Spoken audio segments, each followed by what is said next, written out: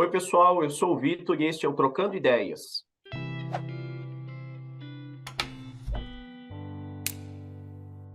Hoje nós estamos aqui com o Fábio da Votorantim, e a ideia é justamente a gente fazer uma abordagem focada na sustentabilidade da empresa, que é um importante associado da Abrasce. O Fábio é gerente de sustentabilidade e energia na Votorantim Cimentos. E Fábio, já queria te passar uma primeira pergunta, que é justamente entender de você quão importante é a temática da sustentabilidade para a Votorantim. Olá, Vitor. Obrigado pelo convite para participar aqui com vocês. Obrigado a todos aí pela participação. Bom, essa pergunta é fundamental, né? Assim, sustentabilidade para a gente é core realmente da nossa estratégia aqui. A gente entende como uma questão de competitividade, né? Não só uma questão de se destacar entre os clientes, né? Mostrar o que a gente tem feito para os investidores, mas para a gente vê realmente como uma questão vital de sobrevivência do negócio, né? Talvez a gente tem como setor de cimento, a gente tem um grande desafio relacionado à descarbonização, né? Uma indústria que tem uma emissão representativa, né? Tem um consumo expressivo de combustível, de energia elétrica, né? E de outro lado, né? O cimento, o concreto são produtos essenciais para a gente construir, né? O gap de infraestrutura que ainda existe no mundo, né? Principalmente nos países em desenvolvimento. Então, a gente coloca a sustentabilidade realmente como parte da nossa estratégia de negócio. E Fábio, na sua visão, quão importante que é as empresas, e no caso específico de vocês, realmente divulgar, dar publicidade às metas de descarbonização?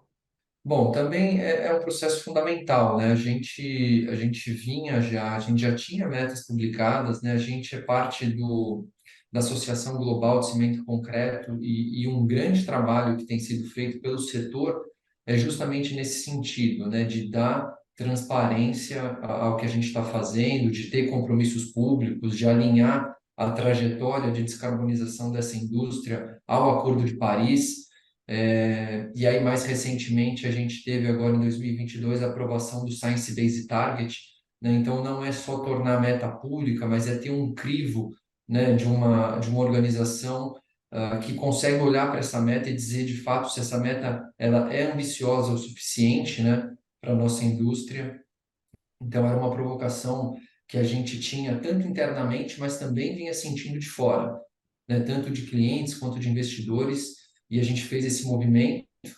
E acho que não só traçar essa meta, né, colocar o horizonte lá para 2030, mas mostrar ano a ano, a gente vem mostrando, né, como que a gente está avançando em relação a essas metas, né? Se a gente está no caminho certo, quanto de investimento que a gente tem para os próximos anos, né, que vai garantir que a gente chegue até ela. Então, além de descarbonização, que talvez seja, né, o principal desafio da nossa indústria, mas a gente tem um outro espectro aí de outras 17 metas, né? Metas de energia renovável, metas de aumentar mulher na liderança, né? Diversidade como um tema mais amplo, economia circular, engajamento com comunidades. Então, a gente fez um trabalho grande em 2020, né? Isso está público, são os nossos compromissos para 2030, né? E entre esses compromissos, a nossa meta também de descarbonização. Fábio, e no caso específico, para atingir essas metas de descarbonização,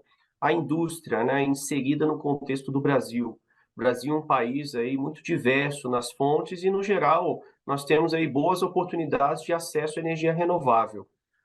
Você acredita que o país, o nosso país, realmente ele pode representar um diferencial para as indústrias, especificamente para a indústria de cimento?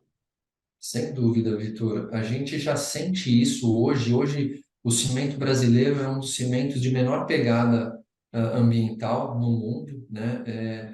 E justamente, né, parte disso vem da nossa matriz, né? A gente tem um consumo expressivo de energia elétrica. Hoje a gente tem, além da matriz mais limpa no Brasil, né, a gente também é uma empresa que investe em autoprodução. A gente tem 49% hoje do nosso consumo aqui no Brasil com autoprodução renovável, né? Então, são algumas hidrelétricas, PCHs, um projeto eólico que a gente tem em parceria com a Auren. E do lado de combustível, também o Brasil tem uma característica interessante, à medida que consegue, a gente tem uma disponibilidade grande de biomassas aqui no Brasil, né? Então, a gente tem uma parcela representativa da nossa emissão vinda de combustível e a gente tem um exercício muito grande de buscar fontes alternativas de energia, então, combustíveis alternativos. Então, te dar um exemplo claro, por exemplo, a gente tem uma fábrica lá no Pará, onde quase 50% do consumo de combustível da fábrica vem de caroço de açaí, né? É um material, é um resíduo, né, de uma indústria agroindustrial aí, né? Quer dizer, então um material que estaria indo parar num aterro, né, gerando metano pela decomposição, a gente consegue trazer e aproveitar como biomassa. Então esse é um exemplo, mas o Brasil, né, tem um range diverso, tem casca de arroz, palha de cana, enfim, tem uma diversidade, né?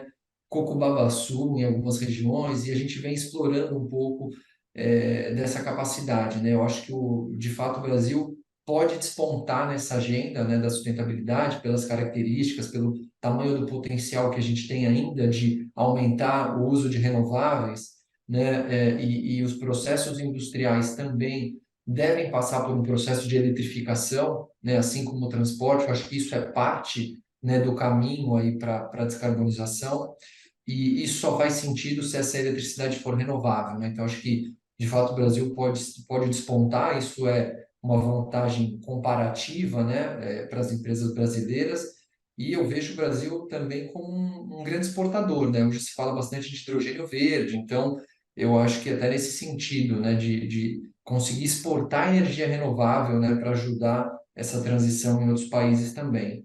Então, eu vejo realmente assim né, o escopo brasileiro que a gente está realmente muito bem posicionado nesse novo contexto de mercado. E nesse processo de transição, vocês percebem que o gás natural ele pode contribuir aqui no país especificamente, né? O Brasil ele tem um potencial enorme ainda de ofertar gás natural para os diversos segmentos, principalmente para o industrial. A Votorantim percebe que o gás natural pode apoiar nessa fase de transição?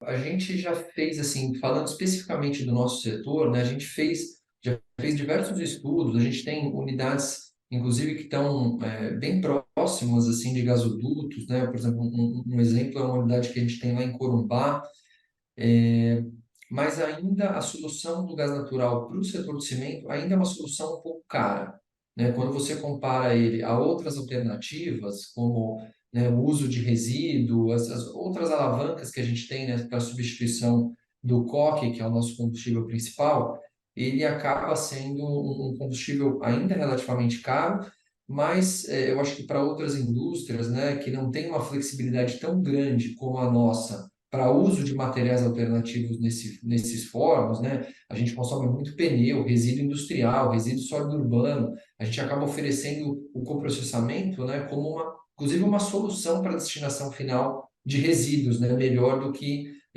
o aterro, né? Ou, enfim, ou até o lixão em algumas situações. Mas eu vejo o gás como um combustível de transição, né? Eu acho que é um importante combustível de transição.